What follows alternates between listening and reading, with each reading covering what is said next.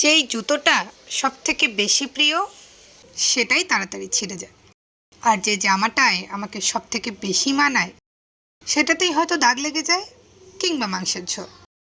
যে ঘড়িটা হাতে সবথেকে বেশিই মানায় সেটাতেই হয়তো ব্যাটারি নষ্ট হয়ে যায়, নয়তো বেল্ট।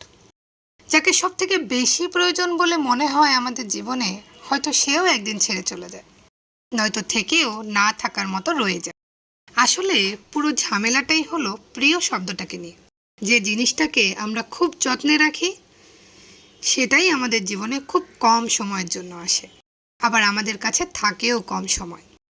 তাই আপনার প্রিয় জিনিস কিংবা প্রিয় বস্তু অথবা প্রিয় মানুষ যতক্ষণ আপনার জীবনে আছে ততক্ষণ এনজয় ইয়োর লাইফ।